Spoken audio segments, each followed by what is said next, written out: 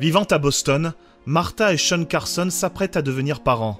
Cependant, la vie du couple est bouleversée lorsque la jeune femme accouche chez elle et perd son bébé, malgré l'assistance d'une sage-femme. Martha doit alors apprendre à faire son deuil, tout en subissant une mère intrusive et un mari de plus en plus irritable. Il lui faut aussi assister au procès de la sage-femme, dont la réputation est désormais détruite. Pieces of a Woman, réalisé par Cornel Mundruço, disponible sur Netflix, est une chronique intimiste et déchirante de la vie d'un couple. C'est surtout le portrait bouleversant d'une femme. Comment peut-on surmonter la mort d'un être cher, surtout dont la vie a été emportée aussitôt née? Il est impossible d'y mettre des mots, de réellement concrétiser cette douleur. Le film décide de marquer les esprits très vite en filmant l'accouchement via un long plan séquence. Cela donne ainsi un mélange de réalisme et de virtuosité, au risque peut-être de paraître trop spectaculaire pour un moment aussi intime. Pourtant, ce coup d'éclat, qui finit par une tragédie, tire une émotion palpable au-delà des mouvements de caméra. On comprend très vite alors que ce prologue permet de mieux nous préparer au sentiment de vide qui va accabler Martha et Sean. Je voulais rester à la maison. Je voulais que ma fille décide du moment où elle viendrait au monde. Ma fille est venue dans ce monde. Le temps qu'elle y est restée. Après avoir plongé le spectateur dans cette expérience de vie, Mundruço réfute le misérabilisme. Les premiers plans font sentir un grand silence, tiraillé entre une tristesse infinie et la volonté de reprendre sa vie. Martha est filmée avec beaucoup de délicatesse, de mélancolie, dévoilant son traumatisme avec pudeur et finesse. C'est une démarche un peu difficile, un visage fermé, un œil plongé dans les abysses ou des gestes qui semblent ne pas trouver leur sens. Le film prend beaucoup d'importance à capter le passage du temps, à ressentir l'atmosphère des saisons.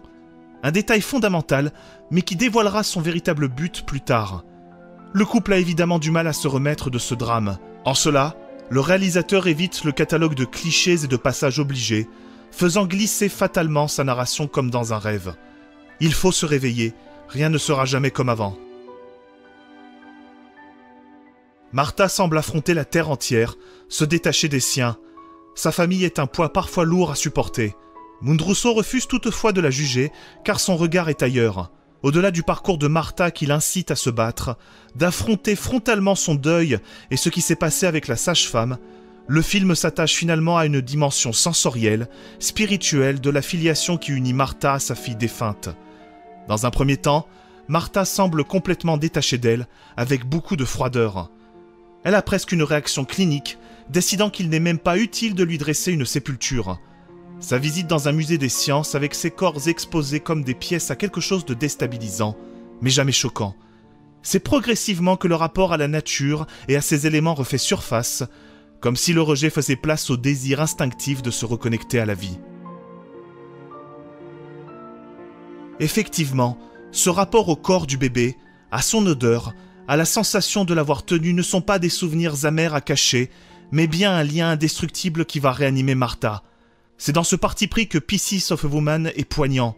Ces souvenirs ne sont pas le vestige d'un passé meurtri, mais bien des graines que va semer Martha pour se reconstruire, au sens propre comme au sens figuré. À sa façon, Martha arrivera à garder sa fille auprès d'elle. Pieces of a Woman exprime que la vie, quoi qu'il arrive, trouve toujours son chemin. Pas de discours illusoire, facile ou sous-jouant des croyances, juste un moyen thérapeutique de prendre sa place dans l'existence, toujours au sein d'une nature dont les saisons ne font que régénérer ce qui n'est plus.